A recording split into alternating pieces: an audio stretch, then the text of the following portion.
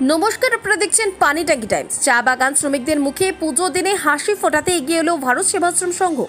শিলিগুড়ি ভারত সেবাশ্রম সংঘের উদ্যোগে খড়িবাড়ির থানছোড়া চা বাগানের শ্রমিকদের মধ্যে নতুন বস্ত্র বিতরণ করা হয়। এদিন মহিলাদের শাড়ি, পুরুষদের ধুতির পাশাপাশি কম্বল ও মশারি তুলে দেওয়া হয়। সংগঠনের সদস্য সাধু অতীশানন্দ জানান, এই বাগানে বোনাসের সমস্যা রয়েছে, তাই শ্রমিকদের মধ্যে পুজো উপলক্ষে এই বিতরণ করা হলো। আগামী দিনে বাকি শ্রমিকদের মধ্যে নতুন বস্ত্র বিতরণ করা হবে।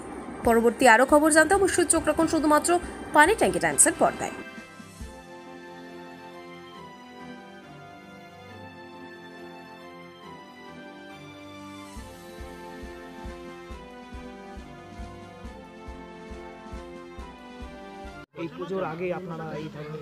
নমস্কার, আমরা এসেছি শিলিগুড়ি ভারত সেবাশ্রম সংঘ থেকে।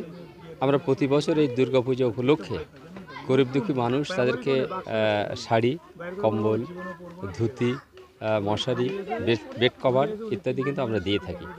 তো আমরা আজকে জানতে পারলাম যে এই খড়িবাড়ি ব্লকে থানঝোড়া চা বাগানে তারা বোনাস ঠিকমতো পায়নি এবং তাদের খুব অসুবিধা হচ্ছে।